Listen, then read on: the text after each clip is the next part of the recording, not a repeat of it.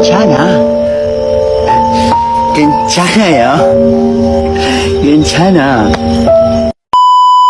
Aku hanya memikirkan satu peraturan penting. Kenapa kau lakukan hari ini kalau kau bisa melakukannya besok?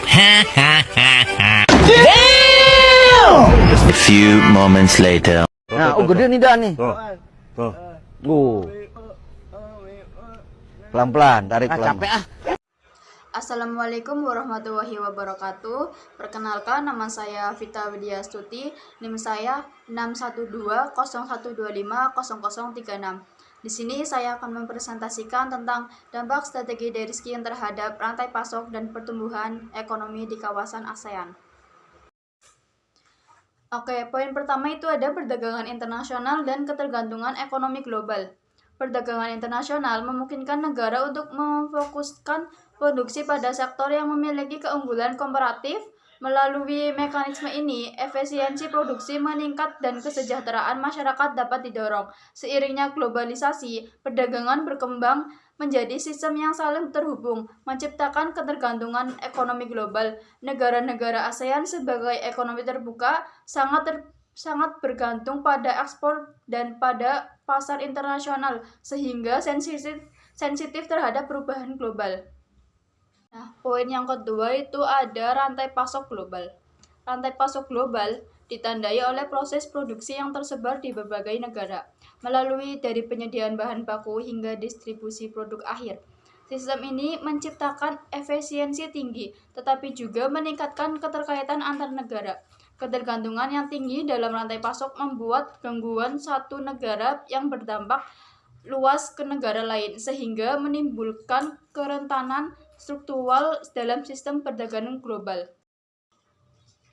Poin ketiga ada resiko dalam perdagangan internasional. Perdagangan internasional menghadapi berbagai resiko, antara lain resiko ekonomi dan keuangan seperti fluktuasi nilai tukar dan krisis global. Resiko politik berupa perubahan kebijakan perdagangan dan ketegangan geopolitik, serta resiko rantai pasok akibat gangguan logistik dan produksi. Selain itu, perbedaan sistem hukum dan kemajuan teknologi juga menghadirkan resiko hukum, operasional, dan keamanan siber yang perlu dikelola secara serius. Poin yang keempat itu ada implikasi resiko bagi negara-negara ASEAN. Bagi negara ASEAN, resiko perdagangan internasional memiliki dampak yang signifikan karena tingginya tingkat keterbukaan ekonomi kawasan, ketergantungan pada pasar ekspor dan pemasok tertentu membuat ASEAN rentan terhadap guncangan eksternal. Oleh karena itu, pengelola resiko menjadi isu strategis agar stabilitas ekonomi kawasan tetap terjaga tanpa harus mengorbankan keterbukaan perdagangan. Nah, untuk poin kelima itu ada konsep strategi de-risking.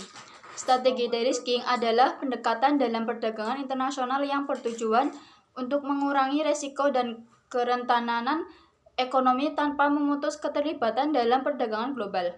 De-risking menekankan pengelolaan ketergantungan yang berlebihan terhadap mitra dagang, pasar, atau rantai pasok tertentu melalui diversifikasi, restrukturisasi rantai pasok, dan penguatan kapasitas domestik serta regional, sehingga tercapai keseimbangan antara keterbukaan ekonomi dan ketahanan ekonomi. Untuk poin selanjutnya ada bentuk-bentuk strategi de-risking. Bentuk-bentuk strategi de-risking ada 7. Yang pertama, diversifikasi mitra dagang dan pasar. Mengurangi ketergantungan pada suatu negara atau pasar ekspor tertentu. Yang kedua ada diversifikasi sumber pasokan. Mencari alternatif pemasok bahan baku dan komponen dari berbagai negara. Yang ketiga ada restrukturisasi rantai pasok. Memperpendek rantai pasok dan meningkatkan fleksibilitas produksi. Nah, yang keempat ada penguatan kapasitas produksi domestik dan regional. Itu untuk meningkatkan produksi sektor strategis di dalam negeri dan kawasan. Yang kelima ada regionalisasi dan rantai pasok. Untuk memperkuat kerjasama produksi dan distribusi di tingkat regional termasuk ASEAN. Yang keenam ada kebijakan perdagangan dan industri yang adaptif.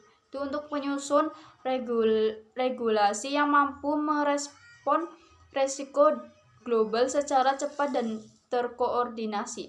Yang terakhir ada pemanfaatan teknologi dan digitalisasi, yaitu untuk meningkatkan transparansi, efisiensi, dan pemantauan risiko dalam rantai pasok.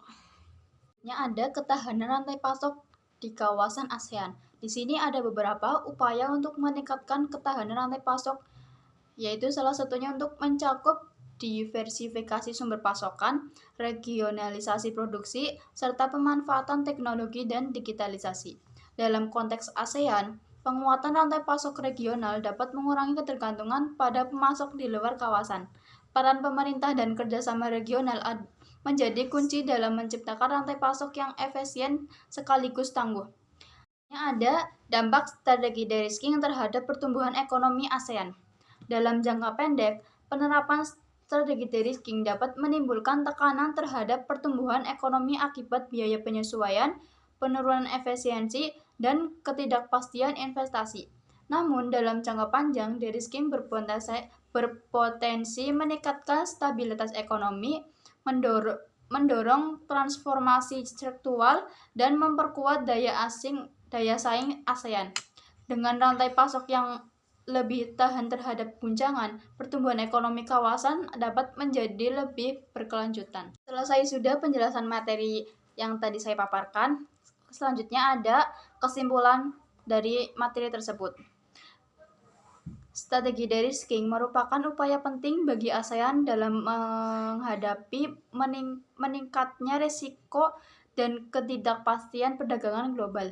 Dengan mengurangi ketergantungan berlebihan melalui diversifikasi dan penguatan rantai pasok regional, ASEAN dapat meningkatkan ketahanan ekonomi tanpa meninggalkan keterbukaan perdagangan.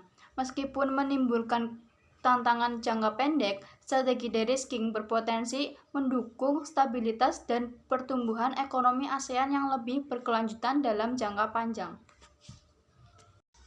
Sekian presentasi dari saya, semoga apa yang tadi saya sampaikan dapat dipahami.